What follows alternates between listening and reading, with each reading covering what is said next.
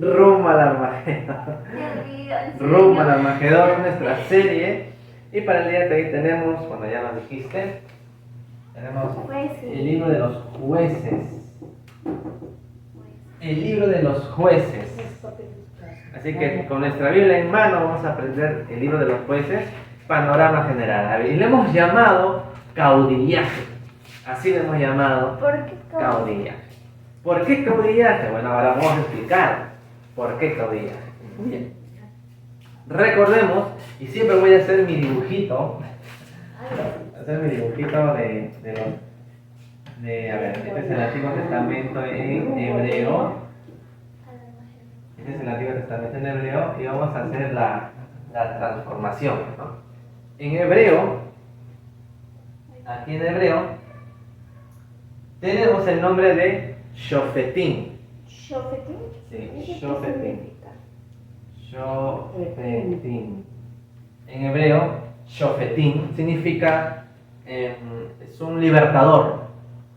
En Historia del Perú tenemos lo que se llama el primer caudillaje militar, ¿no? Sí. El primer militarismo, segundo militarismo, ya. Entonces los caudillos militares eran los que gobernaban el Perú al principio de la era republicana. Entonces, Shofetim es un caudillo, significa caudillo, un caudillo, un gobernador, un libertador, ¿no? Con ciertas características. Ahora, entonces, colocarle jueces a nuestro libro no es pensar en un juez del ámbito legal, no.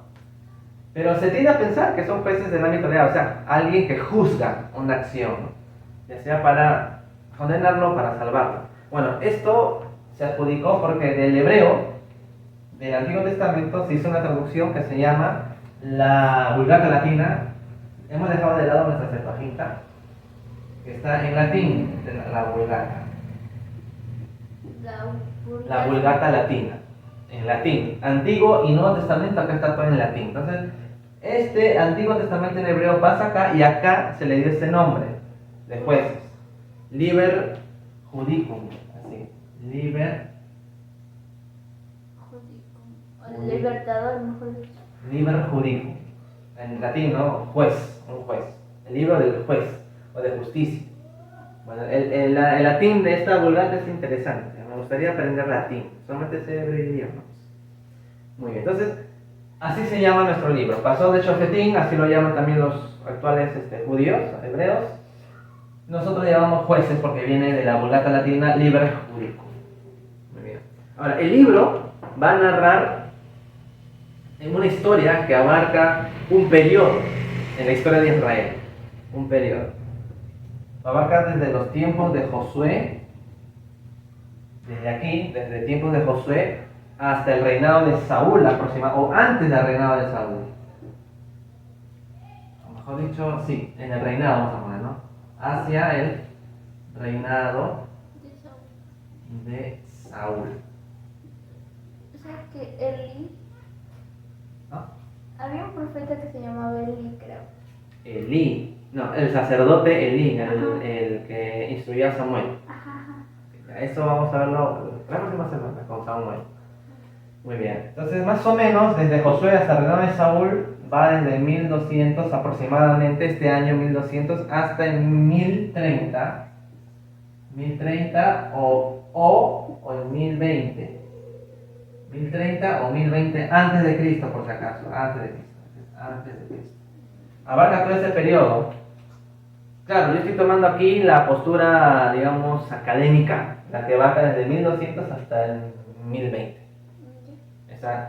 Todo este periodo lo vamos a encontrar en Jueces, la historia de los jueces. Muy bien. ¿Qué más podemos aprender en la historia de los jueces? Bueno, vamos a hablar del autor también, ¿sí? Brevemente, acerca del autor, ¿qué podemos decir? ¿Tienen alguna idea? No, El son autor. varios autores. Puede ser varios autores. Tenemos dos posturas, ¿no? ¿Cuál es la primera postura que siempre vemos? Que le escribió Un conocido, ya. Dos posturas, conservadora, la conservadora o la crítica académica. académica. Vamos a hablar de académica. ¿Qué dice la crítica académica? La crítica académica. Ya. A ver, tenemos estas dos posturas, ¿ya? La conservadora toma partido de un documento que lo tienen los judíos, que se llama el Talmud. ¿El Talmud? Talmud, sí. ¿Qué significa eso? El Talmud es un compendio de todas las enseñanzas de los sabios judíos en todo el tiempo del Antiguo Testamento, del periodo intertestamentario, como se le conoce, y también de los tiempos de Jesús y de los apóstoles. Hubo un tiempo en que el Talmud estuvo oralmente, solamente se enseñaba oralmente. Pero llegó un momento más o menos después de la muerte de los apóstoles, después de los primeros 4 siglos, después de los primeros 4 siglos, lo van a poner por escrito. Lo van a poner por escrito. Hermano, buenas noches. Buenas noches. Entonces, el Talmud son los dichos de los sabios, y en una parte que se llama Baba Batra, así se llama, Baba Batra. Baba Batra. ¿Quién es este señor? Este era un sabio. Es uno de los sabios más viejos y antiquísimos que tenían los judíos. Y en su postulado 14, parte B, dice que Samuel es el que escribió Jueces. Samuel, sí, el Samuel del que conocemos. Fue Samuel. Y la postura conservadora cristiana ha tomado esta posición también, que fue Samuel el que escribió Jueces. Lo ha tomado. Ahora, esta es la postura conservadora. Y muchas iglesias enseñan que fue Samuel, y lo toman, que fue Samuel. Sí, pero ya saben dónde viene del Talmud. Los judíos creen que un sabio judío creyó que Samuel era el autor. Claro que internamente hay un pequeño problema. Por eso sale la otra postura. Porque no encuentra problemas, sino es que hay ciertas cosas en el libro que hacen pensar que no fue Samuel. ¿Qué dice la crítica académica? La crítica académica dice que fue anónimo. Anónimo o anónimos, ¿no? Uno o varios. Anónimos. Hay una evidencia interna. ¿Cuál es la evidencia interna? Que no dice el autor en realidad.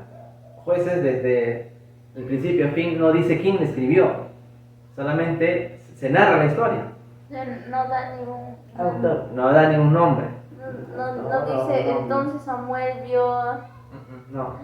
No dice ningún nombre el libro. O sea, la crítica lee todo el libro de Jueces y no encuentra quién lo escribió, porque no dice. No es como en el Nuevo Testamento, donde dice Pablo, apóstol de Jesucristo, a la iglesia de los filipenses, ¿no? Entonces, es Pablo el que escribe Filipenses. No hay duda, pero acá no. En Jueces no dice el nombre de quién escribió. Entonces, ellos ponen que son anónimos. A ver, la semana pasada vimos con Josué que había una parte que se repetía en Jueces. ¿Se acuerdan? La parte de Caleb o Otoniel, que quiere su tierra y le mandan a pelear. Eso también aparece en Jueces. Está en Josué y está en Jueces. Entonces, toman estas repeticiones como que hay alguien que lo escribió, que no fue ni Josué, que no fue Samuel, sino que fue otro, porque lo está contando y no pone nombre propio. Entonces, por esos detalles repetitivos en tercera persona, y al no poner un nombre específico en el libro, se cree que es un anónimo o varios. Entonces, tenemos estas dos posturas. Lo volvemos a repetir. Cualquier postura que cualquier cristiano tome, ya sea la conservadora o la crítica, no va a cambiar que sea palabra de Dios. Hay cristianos que creen que es esto y ya está bien, ¿no? Y hay otros cristianos que creen que es esto y está bien. La palabra de Dios es Jueces y siempre no va a hablar el Señor a través de Jueces. Eso no va a cambiar. Ahora, fecha de composición. La fecha de composición va a depender de la postura que toquemos. Si yo toco una postura conservadora, va a ser otra fecha. Si toco una postura crítica, va a haber otra fecha. Pero he tratado de ser, digamos, ecléctico, ¿no? He tratado de hacer una combinación. A ver, vamos a Jueces 17:6. Porque la crítica la crítica académica toma los textos para sacar una posible fecha aproximada. Jueces 17, y vamos al versículo 6. A ver. Yo tengo aquí la versión NTV. Por ahí creo que tienen una versión, la TLA, la traducción de voz actual. Por ahí tienen también la Reina Valera. Bueno, tenemos versiones. Estamos bendecidos con la versión. Dice, bueno, muy bien, dice Jueces 17:6. Lo voy a leer en la versión NTV, ya que lo tengo aquí. En esos días, Israel no tenía rey. Cada uno hacía lo que le parecía correcto según su propio criterio. La Reina Valera también dice lo mismo. En aquellos días, dice, ¿no? No había rey en Israel. No había rey. Entonces, no había rey en Israel. Muy bien. Vamos a capítulo 18, ahí nomás, versículo 1. Empieza diciendo lo mismo, ¿no? En esos días Israel no tenía rey, no había rey en Israel. Reina Valera así dice. No había rey. ¿Ya? En el 19:1, otra vez. Estamos cerquita, ¿eh?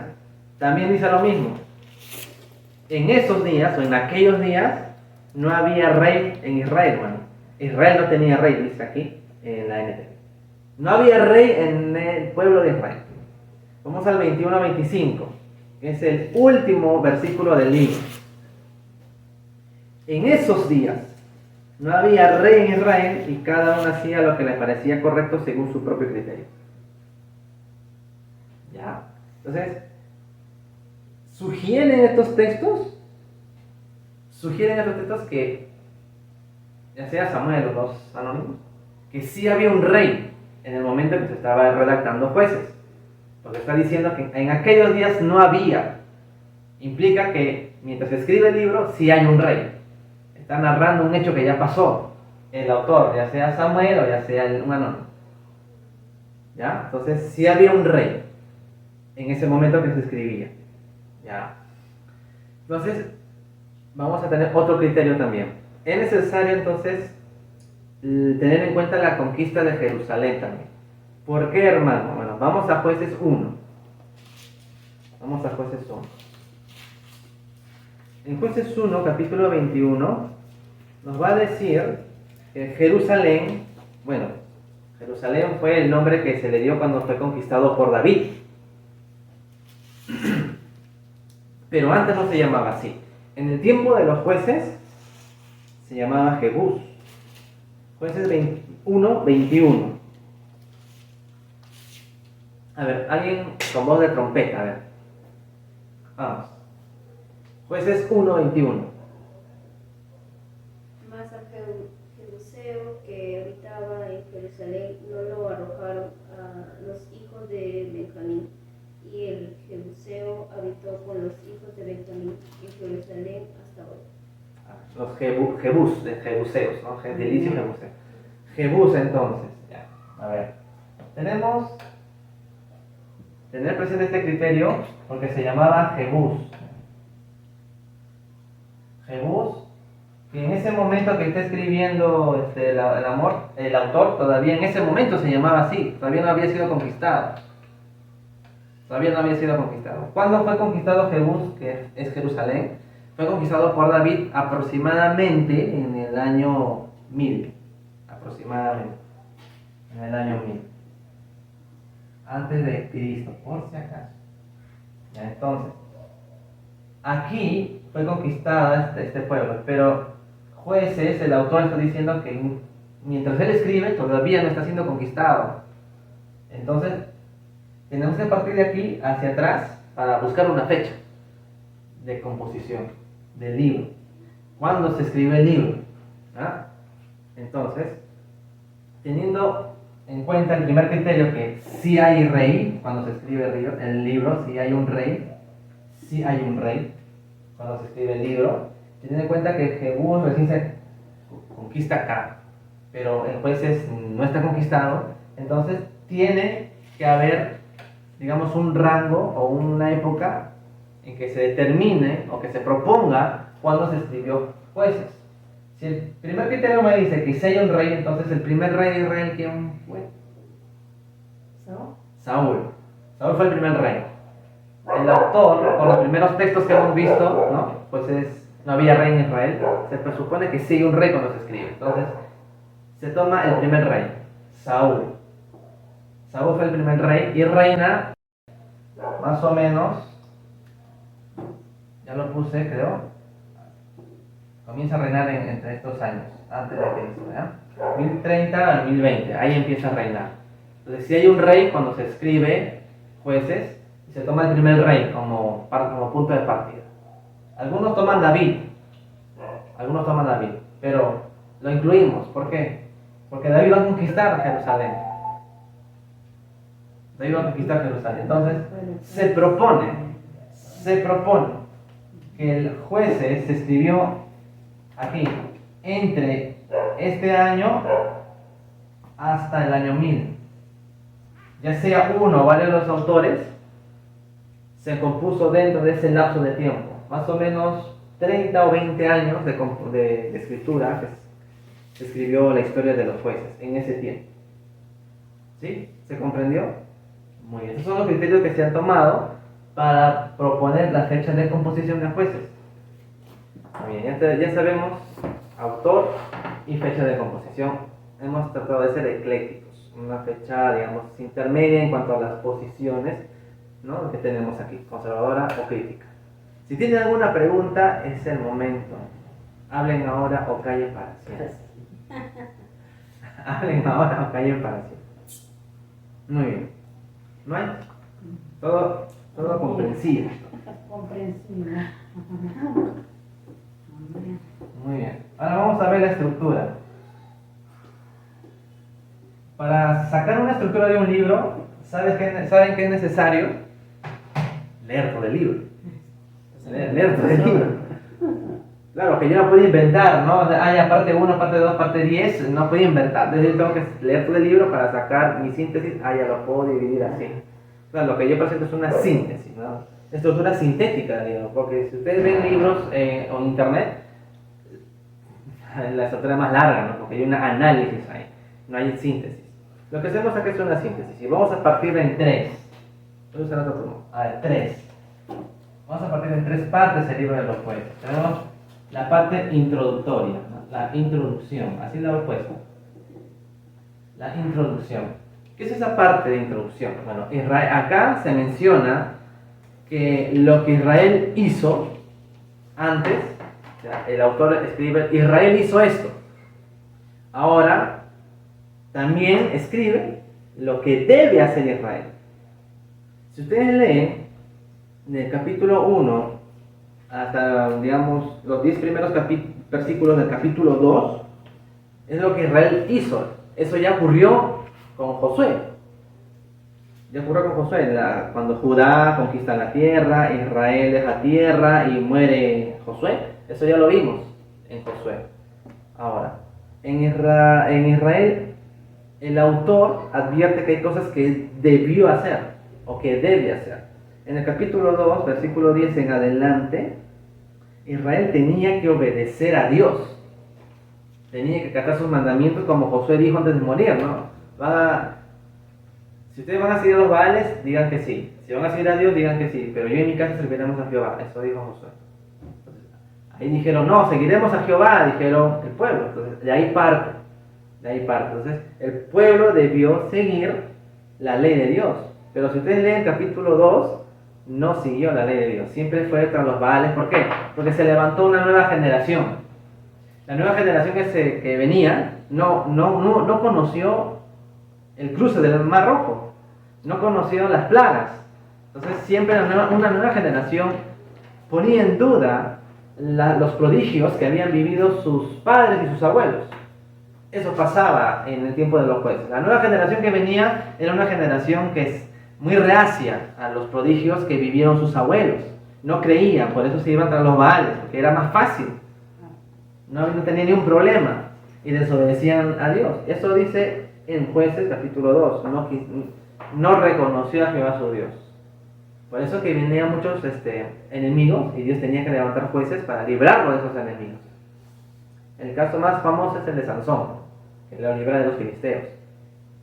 Entonces, esa es la parte introductoria. El autor o los autores ponen, Israel hizo esto, pero también debió hacer esto, pero no lo hizo. Del 1 al 3, 6. Acá voy a poner del 1 al 3, 6. Lo que Israel hizo y debe hacer. Acá está. Vamos ahora a capítulo 2, perdón, parte 2. Ya vamos a ver la historia de los mismos jueces. La historia de los mismos jueces. A ver, díganme los nombres de algunos jueces que se acuerden.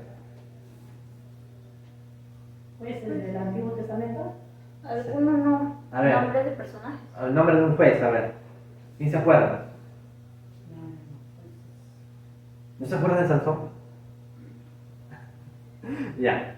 A ver, jueces.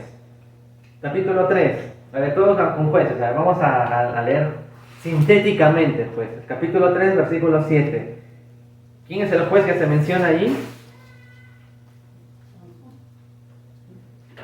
¿Quién es el juez que se menciona ahí en los jueces 3, 7? Acera, No. ¿Dices qué? Jueces 3, 7. A ver, ¿quién es el juez que se menciona ahí? Vamos, rapidito, para que no nos gane la hora. Eso. Dios. ¿Ah? No, Dios no es un juez. Dios es Dios. Baal y Astarte.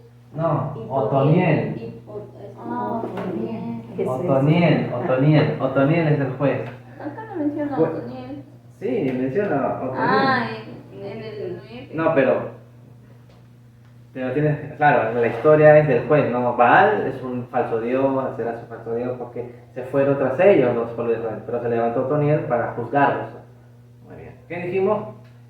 Otoniel era un juez no de manera, no del ámbito legal, sino fue un caudillo, ¿no? Un caudillo que llamaba al pueblo para liberarlos de la opresión enemiga. Ese era un juez.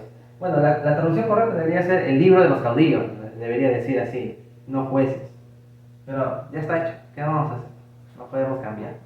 El primer juez que se menciona en el libro es Otoniel. Ahora, el segundo juez, ¿quién es? A ver, vamos al versículo 12 del mismo capítulo. ¿Cómo se llama ese siguiente juez? Aot. Lo voy a... ¿Qué es Aot? En castellano está ahí, ¿no? Aot. Ya que en el hebreo es Eud. Y así están en algunas Biblias se encuentra así, Eud. Este es su nombre original en realidad. Reina Valera no sé qué le pasó ahí, se estaba con sueño y fue Aot, no sé. Lo tradujo mal. ¿Qué más? ¿Cuál es el siguiente juez? Versículo 31. De 3, ¿verdad? Sí, versículo 31. Sangar, Sangar. Muy bien, Sangar. Lo voy a poner más chiquito. Sangar. Sangar, ojo, Sangar no era hebreo, no era del pueblo de Israel, era un juez de otra nación. Se considera así, ya que su nombre no es considerado natural del hebreo mismo. Entonces, los especialistas en los idiomas sacan que Sangar no era un juez nativo, era un juez de otra nación que Dios proveyó para liberar. Interesante. Si usted busca en internet hay mucha información. Siguiente, a ver, ¿quiénes son los dos siguientes personajes que aparecen después de Sangar? Capítulo 4 y capítulo 5 de Jueces. Vamos, rapidito. Débora y Barak. Débora y Barak. No Barak el puertorriqueño, acá en este caso. Débora y Barak. ¿Y Císara? Débora. No, Císara es el opresor. Es el opresor, porque ahí la mujer, ya él, si no recuerda, es la que la mata. Débora y Barak son los siguientes jueces. El siguiente, capítulo 6 hasta el capítulo 8 habla de este juez. Gadeón. Gedeón.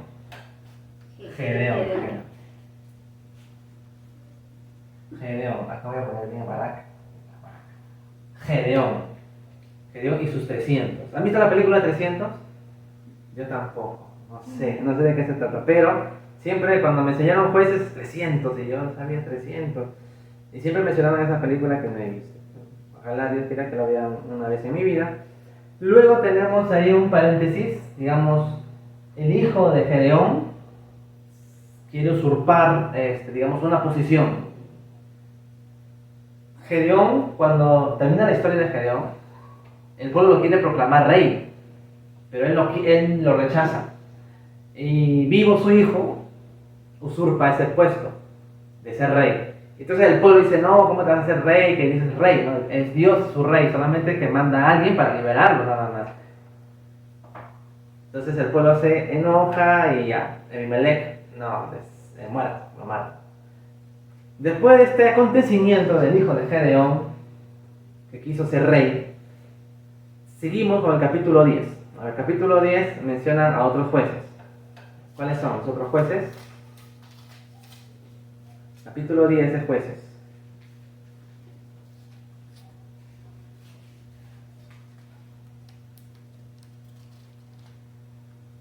Hay dos jueces ahí. No son conocidos. A ver. ¿Y es que? 10, 1 al 5, a ver. Hay dos jueces. Todo. ¿Dodo qué?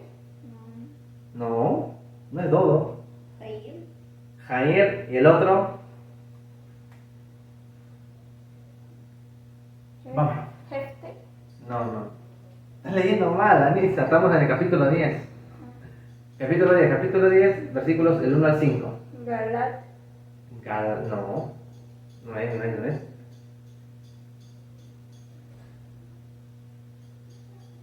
Camón. No. A leer el versículo 3. Ahí están los dos. Tula. Tola. Y el otro. Jair. Y Jair. No le digan Jair, ¿eh? Jair es inglés. Jair. Estos jueces no son conocidos. Pero están ahí mencionados. Hicieron algo, obviamente. Quizás no haya sido de tanta relevancia para que lo coloquen solamente unos cuantos versículos nomás, ¿no? Pero sí fueron jueces. El siguiente, capítulo 10, a ver, es alguien que tú dijiste ya. ¿Quién es el siguiente? Del capítulo 10. Camón. No. Galat. No. Jefte. Jefté. Ese es del 11. No. Sí, A partir del 10. Jefte. Jefté. De. Jefté. ¿Sabían que Jefté hizo algo con su hija, no? La mandó a sacrificar. Ya eso lo vamos a ver más adelante. Dios.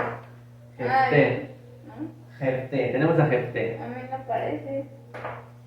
En el 10 no aparece. Sí, el 10 versículo del 6 hasta el capítulo 12 versículo 5. Jefté de Galat. Bien. Ahora vayamos al capítulo 12. Ahí se mencionan otros jueces poco conocidos. Efraín. 12, del 8 al 15. A ver, ¿quiénes son? Son 3. Se menciona Ibsán. Ya, ese es el primerito. Ibsán. Elón. Elón y Abdón. Abdón. Elón. A ver. Justito también. Muy bien. A ellos también se les menciona cortamente, hicieron algo quizás no tan relevante, pero fueron dignos de ser mencionados, ¿no? Los autores de jueces no le dieron la gana. Bueno, bajo inspiración divina, obviamente, ¿no? Por algo solamente hay esos versículos. Y el último, el más famoso, ¿quién es? Capítulo 13 al 16. Sansón. No Muy tiene bien. el título. Muy bien, Sansón. Ese es el más conocido de todos, ¿no? Aunque puede ser ya Jefté y Gedeón también, ¿no? Pero Sansón Así es que el acaso que... menciona Sansón. Sí, en jueces se menciona Sansón.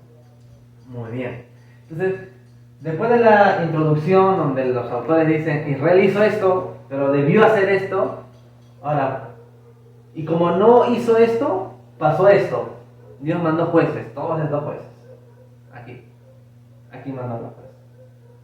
Y aquí los jueces, a ver, para la postura conservadora que ya vimos, suele pensar y afirmar que fueron, digamos, cronológicos los jueces. O sea, que primero fue Otoniel, y Otoniel, como dice la escritura en Jueces 3 del 7 al 11, que reinó 40 años. Gobernó 40 años como caudillo, Y después de esos 40 años siguió Ahot. Y Ahot 80 años gobernó, digamos, ¿no? Gobernó. Y así, 40 más 80, y Sangar, que no se dice cuánto gobernó, pero está ahí. Pero ellos lo toman literal. Termina este, sigue este, termina este, sigue el otro, y termina este así, cronológico. Sin embargo, para la crítica académica, es la otra posición, sugiere que no hay que tomarlo cronológico. ¿Por qué? A ver. Porque cada juez liberaba una parte de Israel. No se olviden que Israel eran 12 tribus, y cuando entran a la tierra prometida, cada tribu tenía su heredad, su tierra, su porción, y a veces había ciertas fricciones entre esas tribus. Si ustedes se fijan, a ver, vayamos a Jueces, capítulo 20. ¿Qué dice ahí? 20 qué. 20 nada más. Hay un título que pone Reina Valera. Reacción Guerra de contra Benjamín. Guerra contra Benjamín. reacción de los siete. Ya. ¿Quién hizo la guerra contra Benjamín? Si tú lees el 20 hasta el 21, fueron las mismas tribus. Las mismas tribus de Israel hicieron guerra con Benjamín, porque Benjamín hizo algo ahí malo. ¿Qué? Lee tu Biblia. ¿De 10? No, sí, ahí hizo algo malo. Tienes que leer el capítulo anterior incluso para entender, desde el 19. Entonces, cada juez tenía su opresor de una tribu. Otonía era de Judá. Y es cierto que a veces como en el caso de Barak y Débora, llamaban a otras tribus más cercanas, hermanas, para liberarlos. Pero en el caso de Barak y Débora no vinieron todos. Y ahí es donde saca su cántico, ¿no? Que las demás, ¿por qué no vinieron? Se amargó Débora, ¿por qué no vinieron a ayudarnos a vencer al opresor con la ayuda de Barak? Ya, entonces, ¿por qué? Porque había esas rencillas entre las tribus de Israel. No era paz y amor como nos suelen pintar, ¿no? La historia fue muy compleja en realidad. Entonces, Otoniel fue de Judá. Por lo general, la crítica afirma que este juez liberaba a Judá o al opresor, del opresor que está invadiendo Judá y sus alrededores más cercanos. Ehud era de la tribu de Benjamín, obviamente que recibía apoyo de las demás tribus, pero cercanas a esa tribu. Y así con Débora, que era de Efraín, Barak es de Nestalí, Gedeón, que tuvo miedo, él se fue el más cobarde, que empieza así, era bien cobarde, pero el Señor le da una victoria para que siga confiando en él. Él es de Manasés, Gedeón es de Manasés. Entonces, como cada uno tenía sus tribus, sugieren que mientras un juez en una determinada tribu era levantado por Dios para liberarlos, al mismo tiempo otro juez en otra tribu era levantado por Dios al mismo tiempo para ser liberado. ¿Sí? ¿Me deja entender? Otoniel en Judá, por ejemplo, y al mismo tiempo levantó a Gedeón en Manasés, era una tribu más al norte. Al mismo tiempo. Por eso es que la crítica propone no ser cronológicos, ¿no? Primero después y después así, no, que son al mismo tiempo. Cada juez operó bajo la mano del Señor en paralelo con otro, en otra tribu. ¿Sí? ¿Me deja entender? No sé de dónde saqué esa frase, me deja entender, no suelo decir mucho. Entonces, se propone la crítica. Que tú creas que haya sido cronológico o lo que propone la crítica en jueces paralelos, va a depender de ti. Haz tu estudio, investiga, independientemente de lo que tú puedas creer o tomar una posición, no va a dejar de ser palabra de Dios y no va a dejar de existir estos jueces, siempre van a estar en la Biblia. Y van a ser para nuestra enseñanza. Muy bien. ¿Alguna pregunta con esta segunda parte del libro de los jueces? Ninguna. Muy bien. No, estos no son todos los jueces porque falta uno. Samuel. Samuel fue un juez, pero acá no se menciona en el libro. Lo vamos a ver recién en sus propios libros. Bueno, en el libro que se llama Primero y Segundo de Samuel. La segunda parte de los jueces. Y la última parte, decadencia de Israel. Bueno, así lo ponemos. Decadencia de Israel. Vamos al capítulo 17. A ver, vayan al capítulo 17. Decadencia de Israel. Decadencia de Israel. ¿Por qué decadencia? Es que Israel ya estaba tan paganizado, adoraba a los Baales, a Asherah, Astarte, a Baal, que cuando termina la vida de Sansón, vemos episodios donde el pueblo no sigue los mandamientos de Dios. Por ejemplo, el 17 habla de un señor, Micaías, que hizo imágenes y adoraba esas imágenes. Era idólatra. Vino un levita, un sacerdote, y se quedó a ser sacerdote de esa casa de ídolos, cuando el sacerdote debía estar en el templo, en el tabernáculo, adorando a Dios, en los sacrificios. Decadencia. O sea, no estaban siguiendo los mandamientos de Dios, estaban adorando a ídolos. En el capítulo 18 continúa esa historia. Viene la tribu de Dan, se roba a estos dioses para también tomarlos ellos, para poseer su propia tierra, la tribu de Dan. Capítulo 19. ¿Qué dice en el capítulo 19? ¿Qué pone como título ahí Reina Valera? La levita y la concubina, ¿no? Sí. Ya. Si no has leído esa historia, te lo resumo. Un levita con su concubina, la concubina le es infiel a su levita, a su esposo. Levita, esta mujer se va de su papá. El levita va a recogerla. Pasa un tiempo ahí, se sale de ahí, ya se reconcilia con su concubina, sale de casa, pero al ser tan de noche llega a una ciudad. En esta ciudad son hospedados por un hombre. Y en esa ciudad pasa como Sodoma y Gomorra. Tocan la puerta a los ciudadanos y dicen, oye señor, saca a esos ciudadanos porque queremos conocerlos, o sea, queremos violarlos, en otras palabras. Así como Sodoma y Gomorra querían violar a los ángeles que estaban con Lot, igualito pasa acá. Entonces, pero ambos señores dicen, no violen al señor, a levita, te doy a mi hija y esta concubina para que la violen. Bueno, al final no quisieron los paganos, no quisieron a las mujeres, querían al hombre, al levita. Y el levita le da su concubina, fuera, hicieron la puerta y ahí la violan a la concubina y al día siguiente está como moribunda en la puerta. Hicieron lo que quisieron con la concubina. El levita recoge a la concubina, se asume que está muerta, porque el texto no dice que estaba muerta, solo que estaba echada con la mano en el umbral. Se asume que está muerta, ¿no? El texto no dice, pero, ¿por qué se asume que está muerta? Porque cuando la levanta y se la lleva, el mismo levita descuartiza en 12 partes a la mujer y se lo reparte a las 12 tribus. Wow. Así ocurre esta historia. Ya, por eso decadencia de Israel. Están en un pecado terrible. Están caídos. A ver, acá los jueces van del capítulo 3, a ver, lo voy a poner ya. Del capítulo 3, 7 al 16, 31.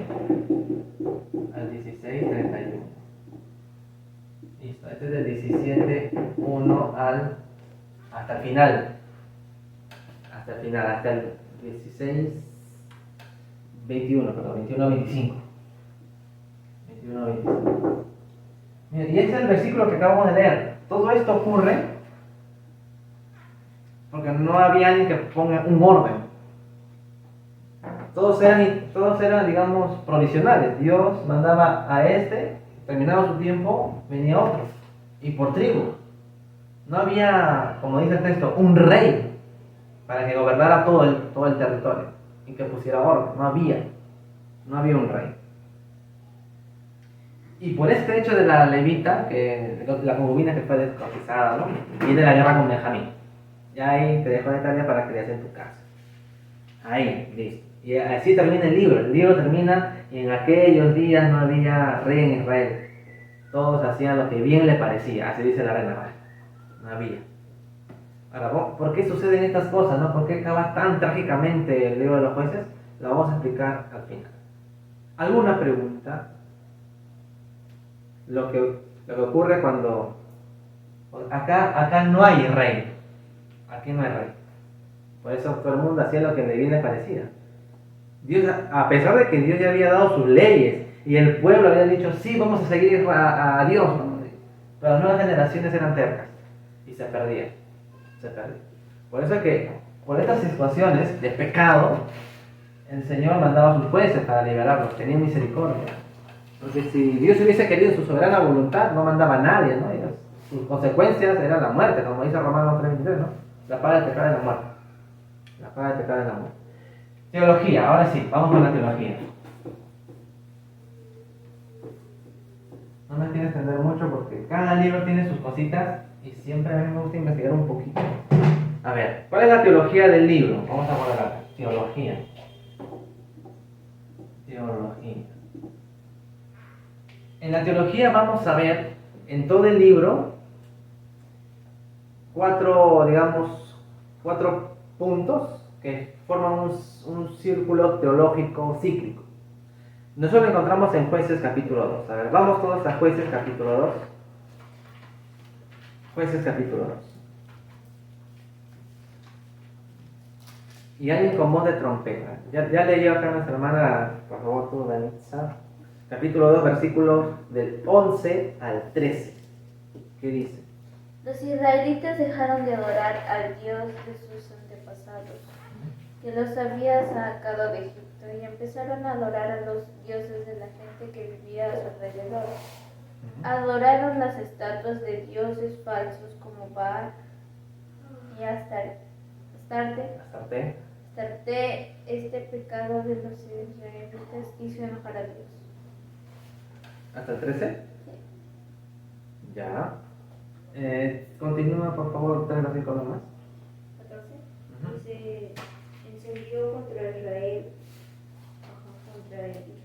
el furor de Jehová, el cual los entregó en manos de robadores que los despojaron y los vendió en manos de sus enemigos de alrededor, y no pudieron ya hacer frente a sus enemigos. Ya. Hasta el 16 le dice, ¿no? No, hasta las, por donde quiera que salían, la mano de Jehová estaba contra ellos para mal, como Jehová había dicho y como Jehová se lo había jurado, y tuvieron gran aflicción. Y Jehová levantó jueces que los librasen de manos de los que despojaban.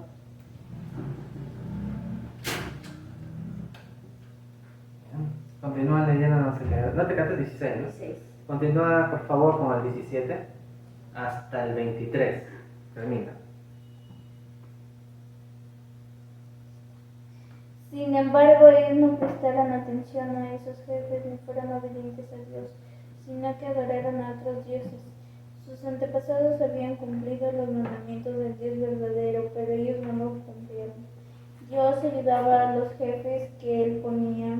Mientras ese jefe vivía, Dios salvaba a los israelitas de sus enemigos, porque se compadecía de ellos al oírlos quejarse de sus sufrimientos. Pero al morir el jefe, los israelitas volvían a pecar.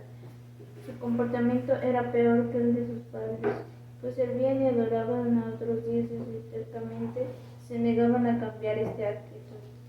Por eso Dios se enfureció contra ellos y dijo: este pueblo no ha cumplido con el trato que hice con sus antepasados.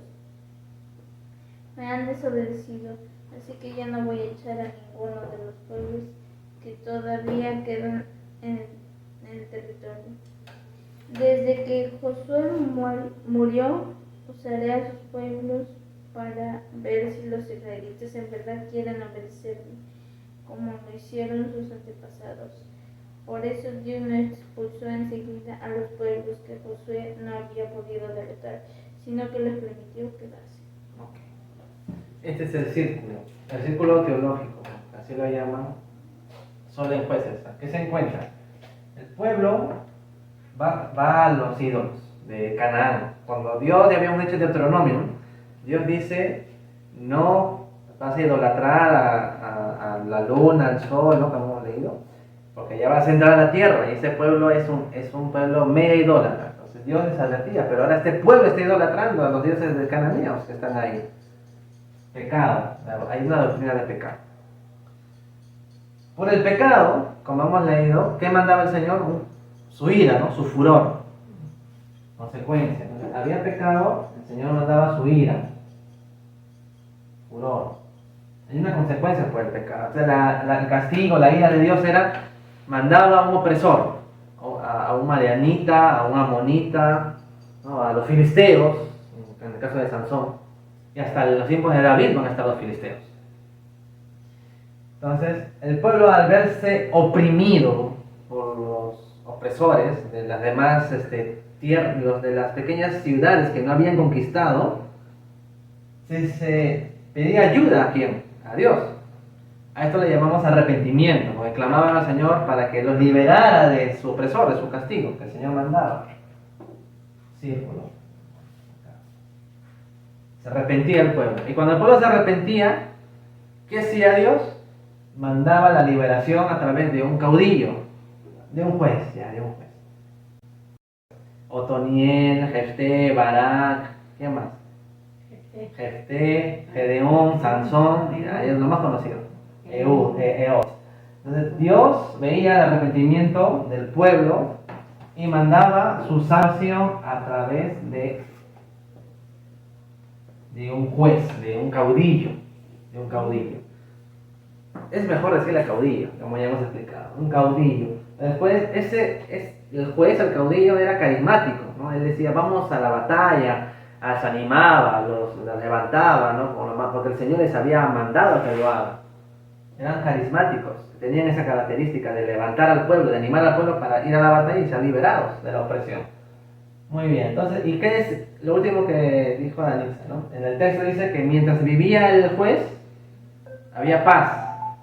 Había paz, el pueblo obedecía a Dios. Y cuando moría el juez, ya no había el juez, ¿qué pasaba? Otra vez el pueblo o la nueva generación volvía a renovar, volvía a pecar. Bien, ese es el círculo teológico. El pueblo peca, hay castigo de Dios, el pueblo se arrepiente, hay liberación. Se muere el juez, otra vez vuelven a pecar, viene el castigo, arrepentimiento, liberación, y así, ¿no? Va de nuevo.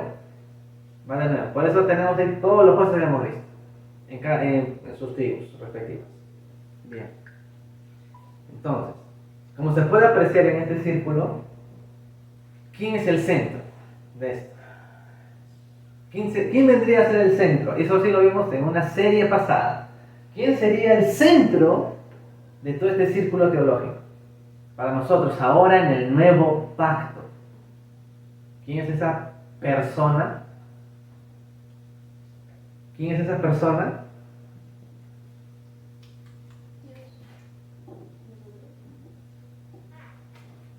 ¿Quién es esa persona? Jesús. Jesucristo, nuestro Señor Jesucristo es ahora. Porque en Él cargó mi pecado, Él llevó el castigo por mi pecado, me sustituyó en esa cruz. Y en Él ahora, lo que está en Él es porque han procedido con arrepentimiento. Y cuando procedemos con arrepentimiento y fe, hay una liberación que Él solamente da. Hechos capítulo 2, versículos 11 y 12, dice que en este Jesús es el único que hay salvación. En ningún otro hay salvación, solo en este Jesús. Así dice Hechos capítulo 2, versículos 11 y 12. En este Jesús hay salvación. Entonces, en Él, todo esto apunta a Cristo. Leemos Juan capítulo 1, versículo 29, que es ahí donde apunta. Leamos. Voy a buscarlo aquí en la versión NTV. Juan capítulo 1, el Evangelio de Juan capítulo 1, versículo 29. Dice: al día siguiente Juan vio que Jesús se le acercaba y dijo: miren, el Cordero de Dios que quita el pecado del mundo. Juan el Bautista, por si acaso, no Juan el Apóstol. Eso es lo que está diciendo Juan. Miren, he aquí el Cordero de Dios que quita el pecado del mundo. Y el primero de Juan también lo va a decir en el capítulo 1, versículo 9. Va a decir también que en Él está la salvación. Hay que proceder en arrepentimiento. Dios da arrepentimiento, obviamente, sí, ya lo vimos en una serie. Dios nos da arrepentimiento. Juan 3:16, ¿no? De tal manera amó Dios al mundo que dio su Hijo unigénito para que todo aquel que cree en Él. El que cree en Él tiene vida eterna. El que cree en Él, nada más. Si no creemos en Dios, no tenemos vida eterna. Está clarísimo. Entonces, solamente creyendo en Dios nos libera de este castigo. Bueno, en jueces es un castigo físico. Nosotros estuvimos bajo la ira y Él nos libera de esa ira. ¿Se comprende la teología? Muy bien. Entonces, Él nos ha liberado de ese castigo. Nos ha liberado de ese castigo. Bien. Ahora pasemos a uno de los datos, a dos datos curiosos o inéditos, como así lo he titulado.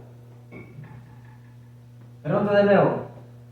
¿Alguna pregunta? ¿Ninguna? Vamos a borrar la parte de la teología.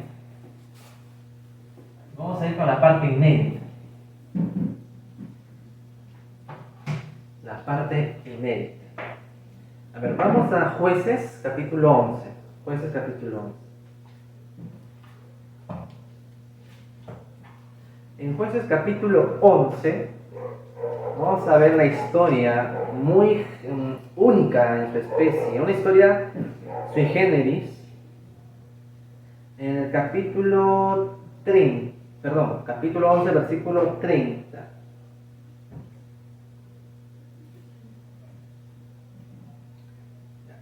Dice así el versículo 30. Y Jefté hizo un voto al Señor: si me das la victoria sobre los amonitas, versículo 31, yo entregaré al Señor al primero que salga de mi casa para recibirme cuando regrese triunfante. Lo sacrificaré como ofrenda quemada. Ahí dice holocausto, ¿no? En la Reina Valera. Holocausto. El contexto es que Jefté quería tener la seguridad de que Dios le iba a salvar, ¿no? Le iba a dar la victoria de esta invasión amonita, los opresores amonitas.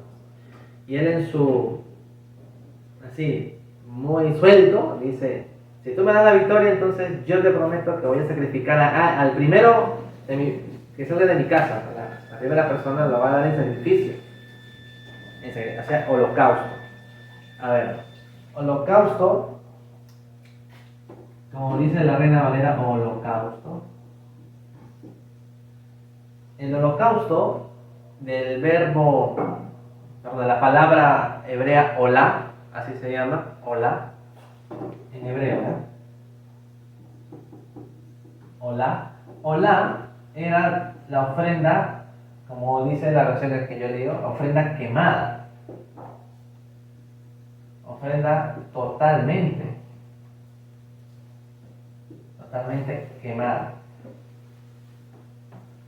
Si leemos en Levítico capítulo 1, ahí dice la ley del holocausto. Era un animal que todo el animal se quemaba en el altar, todo el animal. El sacerdote ya no cogía nada de eso. Eso hacen los israelitas.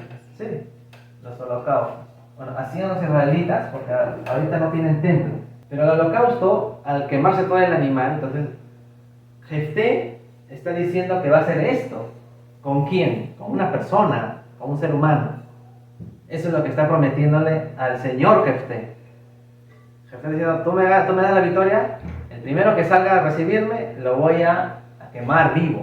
Porque al animal se lo mataba y lo quemaba. Entonces, así como hacía con el animal, con esta palabrita que usa Jefté, es lo que iba a hacer con el primero que salía. Ahora, ¿qué pasó? Bueno, sí, Dios le da la victoria a Jefté, pero ocurrió algo. Vamos al versículo 34. Algo pasó.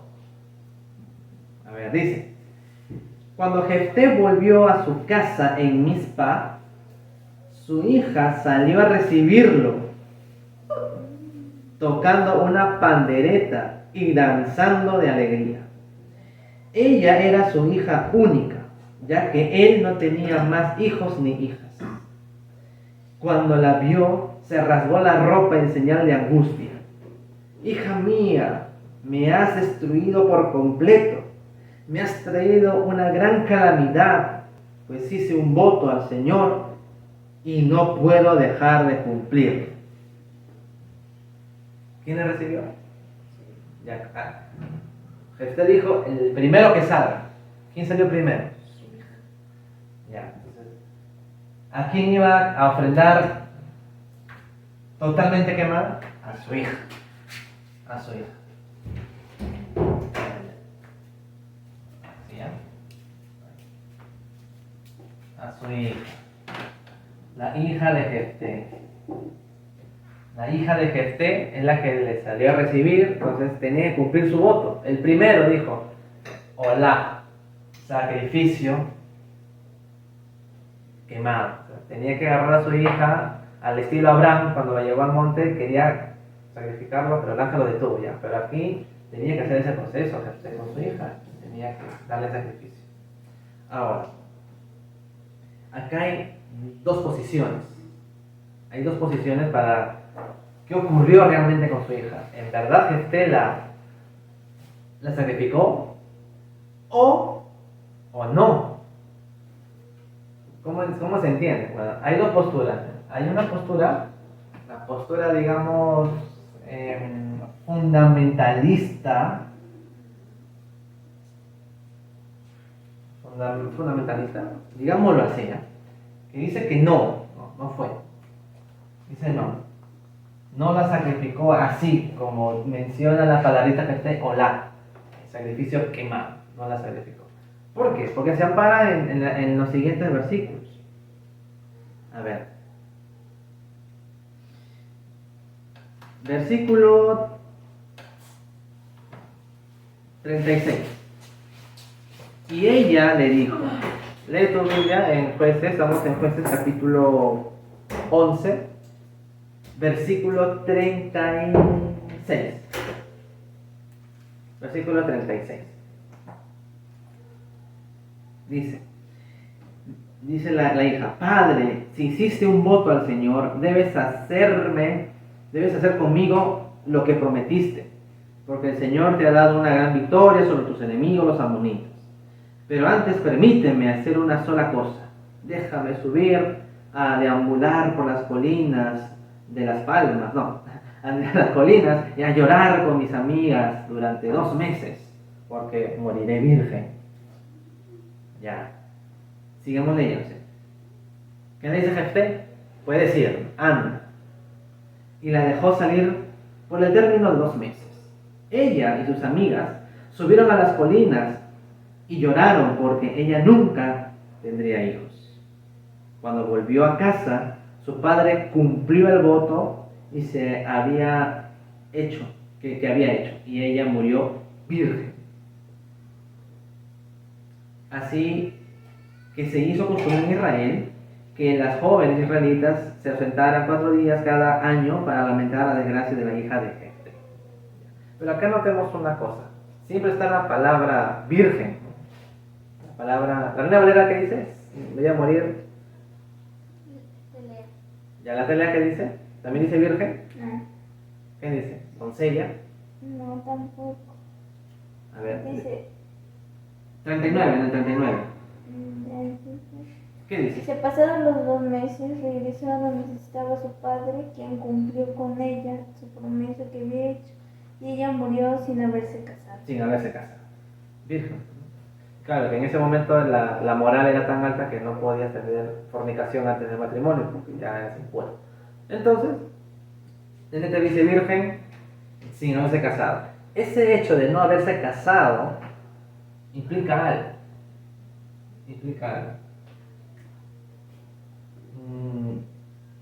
No casarse, virgen.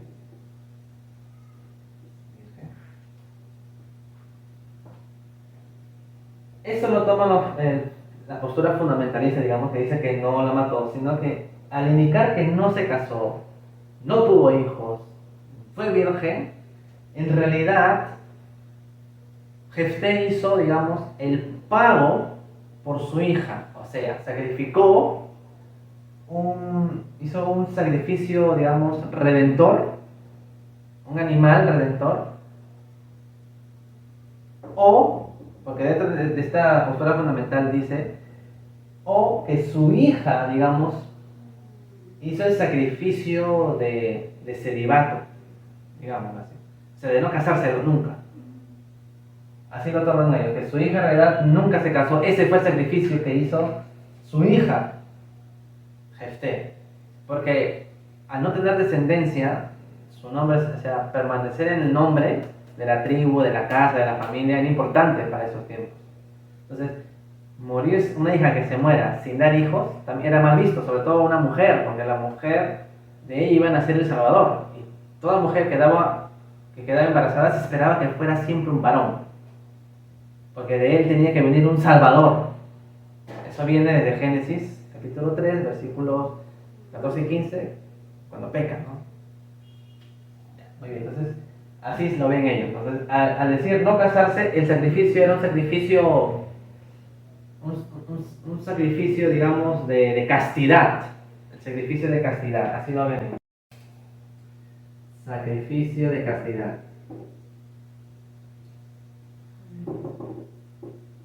Entonces se amparan en ello, ¿no? Porque no tendría sentido de que el texto termine diciendo que fue virgen, que llore mi virginidad, y que al final dice, todas las vírgenes también lloran con ella cada cierto tiempo, cada año. 4 días lloran las vírgenes. Entonces, no tendría sentido decir que fue virgen si que en verdad la quemó. Entonces, no, fue un sacrificio sustitutorio, redentivo, un sacrificio de castidad. Y Jefté se iba a quedar sin descendencia. Jefté iba, así que era un sacrificio, para la época era terrible quedarse sin descendencia. Así lo ven esta postura.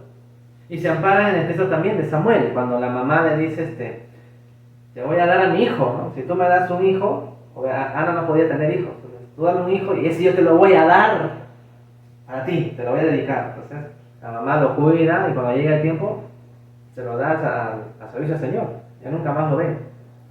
Así también lo toman ellos, bajo ese texto. Él le da al servicio al Señor castidad. No podía casarse, entonces te casabas con el Señor, no podías casarte, entre comillas, ¿no? Un sacrificio de castidad. Así lo toma esta postura fundamentalista, digamos, ¿no?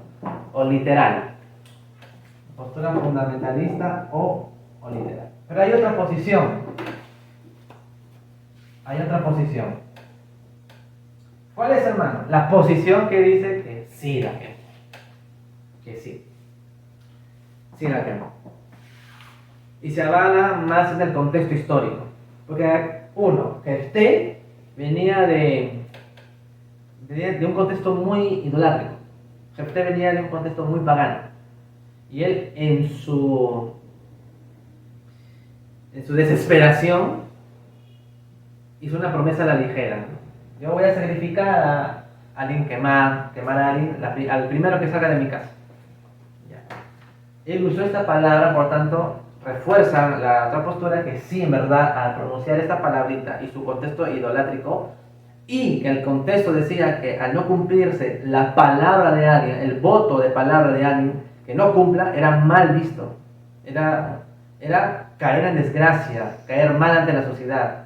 Entonces, no cumplir la palabra eres un maldito, eres un desgraciado, nadie confiaría en ti en tu sociedad, eras mal visto, eras muy vilipendiado. Entonces, bajo esos términos contextuales y la palabra que usa Jefté, y es más, su hija le dice, ¿no? En el 36 dice, haz conmigo tal como prometiste al Señor, porque el Señor te dio la victoria como tú querías. Entonces, y tú le prometiste algo, el hola, entonces haz conmigo. Y el hecho de que aparezca virgen quiere decir eso, que fue sacrificada, quemada, sí, fue quemada virgen, o sea, fue quemada literalmente virgen, sacrificada y quemada virgen. Y esta postura dice no, que sí, bajo los términos contextuales de su época, contexto social, sí la quemó. Según esta posición crítica, dice que Jefté sí la quemó, sí la sacrificó. Ahí están dos posturas, ¿no? Ahí están dos posturas. Hermano Daniel, ¿de dónde sacó esa postura? Bueno, ya le dije que todo es por investigación. te van en internet o en libros, te van a mencionar ambas. Hay otros autores que prefieren una de ellas nomás, porque es lo que quieren creer, no hay problema. Pero al final y al cabo, ¿hay algo que nos enseñe esa historia? Sí, hay algo que nos enseñe esa historia. Que nunca, nunca, nunca tomes a la ligera una obra del Señor. No prometas nada a la ligera. Las consecuencias son terribles para este Señor. Ya sea que no, que sí, o sea, ya sea que no lo mató, pero era casta para siempre y no tengo descendencia, o que sí, fue desgracia para Jefté en realidad. Cualquiera de las dos cosas que hayan pasado, fue desgracia. Para su tiempo era una desgracia no tener hijos. Ya ahí quedaba. Porque se creía que el hijo continuaba el hilo paterno. Se creía que el hijo era, digamos, figura del padre, así y así con sus antepasados. Si no había un hijo, eras un muerto social prácticamente. Así lo tomaban en ese tiempo. Ya sea uno o lo otro era una tragedia. Es una tragedia. Nos enseña a que no tenemos que prometer algo a la ligera al Señor. A pensar bien las cosas. ¿Sí? Listo. ¿Alguna pregunta? Claro. Hay dos posiciones. Muy bien. Vamos con lo último. Un último dato inédito que vemos en Jueces. ¿Cuál es? El caso de la levita y la concubina. ¿Cómo es que un levita llamado del Señor, ungido, que estaba en el tabernáculo, que tenía que ofrecer sacrificios santos al Señor, termina descuartizando a su concubina? O sea, a su concubina es su esposa legalmente, pero de menor orden, porque la primera esposa era la que tenía, digamos, el mayor privilegio en la casa. Su concubina no. Pero ¿cómo termina descuartizándola este sacerdote? A ver. El caso del levita. Levita descuartiza a su concubina. ¿Qué pasó? A ver. Vamos a Jueces 19:1, porque ahí empieza la historia. 19:1.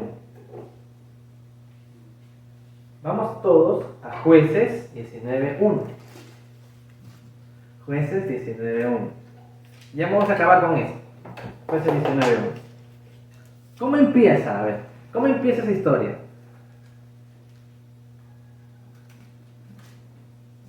Miren cómo empieza. En esos días, Israel no tenía rey, o no había rey en Israel.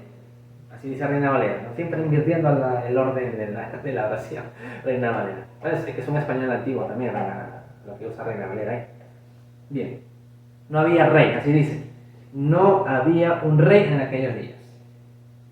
Y como no había rey, ¿qué pasaba con el pueblo? Hacía lo que bien le parecía a cada uno. Si a mí me parece bien tener 2 esposas, bueno, tengo 2 esposas, porque no hay rey que me lo imponga, ¿no?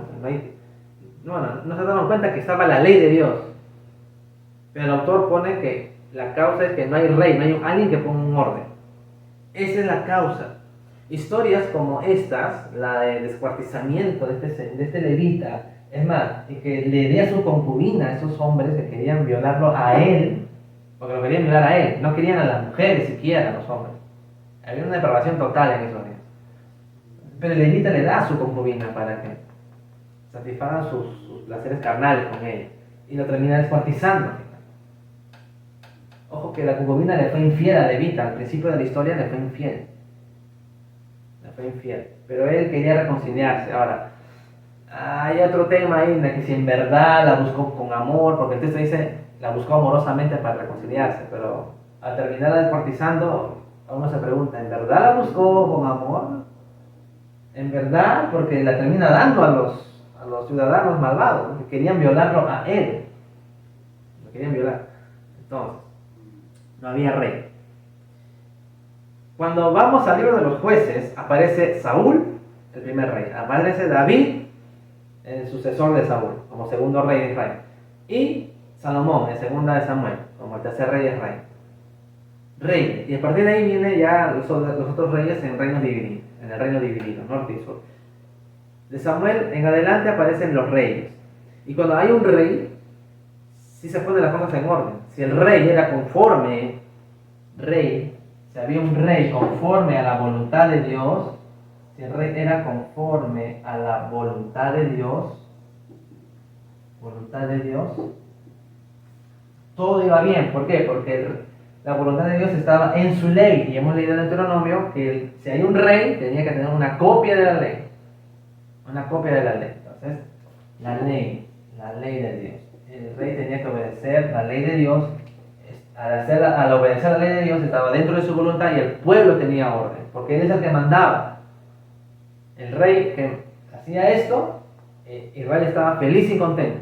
David, por ejemplo, en su reino de David estaban felices. Del reino de Salomón se extendió el reino. La plata era como cualquier metal. Había una sobrevaloración del oro. Eso dice el texto en Reyes. Ahora, pero aún así, los reyes pecaron. ¿Qué hizo Saúl? Saúl desobedeció a Dios en más de una ocasión. Desobedeció a Dios, no agarres del botín. Agarró del botín y vino Samuel, ¿qué has hecho? No, es que ya, desobedeciste. Y el otro que fue a consultar a una pitonisa, ¿no? A una bruja, fue a consultar a Samuel. Samuel ya había muerto. Fue a consultar con los muertos, Saúl. Ya Saúl pecó ahí, desechado. David, ¿qué pasó con David? Empezó bien, ¿no? Bacán, chévere. Adulteró con Betsabé. La fregó toda.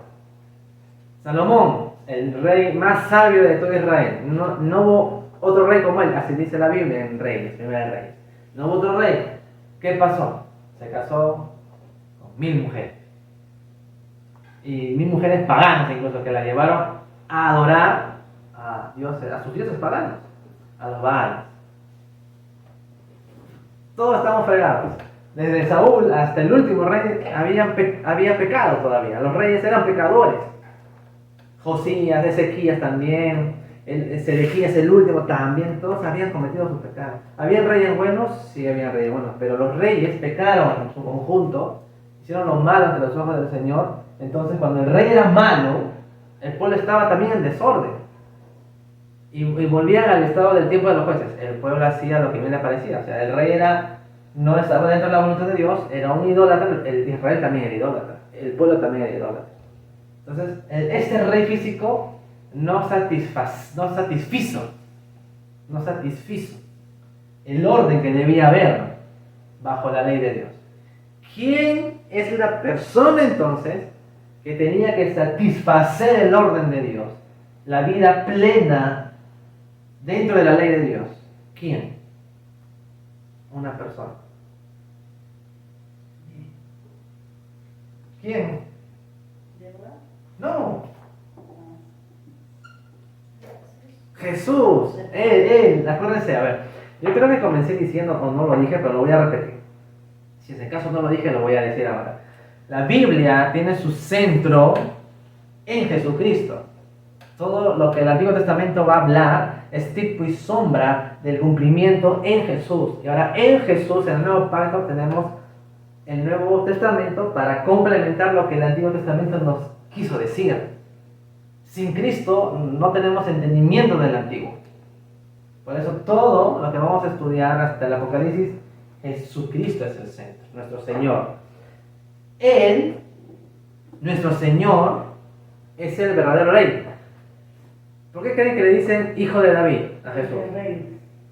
Rey de Reyes, ahí está. Pero Hijo de David, ¿por qué? Porque en realidad su genealogía viene del rey David, de David. Su genealogía viene de él. Es más, él es rey por genealogía física, pero es rey de reyes por su atributo divino. ¿Qué dice en Juan 1:49? A ver, vamos a Juan 1:49. Versión NTV. Entonces Natanael exclamó: Rabí, a Jesús por si acaso, tú eres el Hijo de Dios, el Rey de Israel. El Rey de Israel.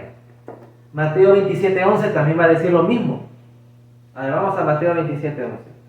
Acá ya estamos en el Nuevo Testamento, estamos en el Nuevo Pacto.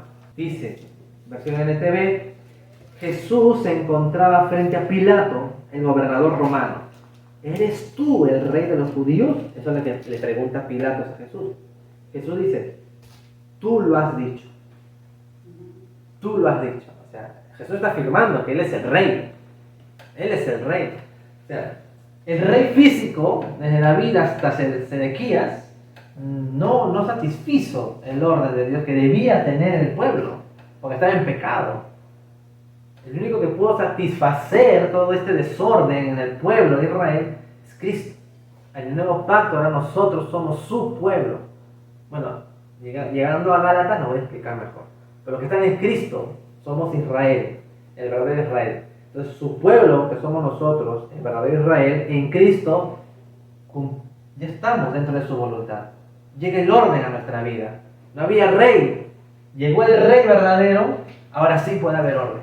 En tu casa, en tu familia, en tu trabajo, en tus estudios, en tu vida sentimental, en cualquier ámbito de tu vida que está desordenado, cuando llega Cristo, pone orden. Ahora sí hay un rey en tu vida.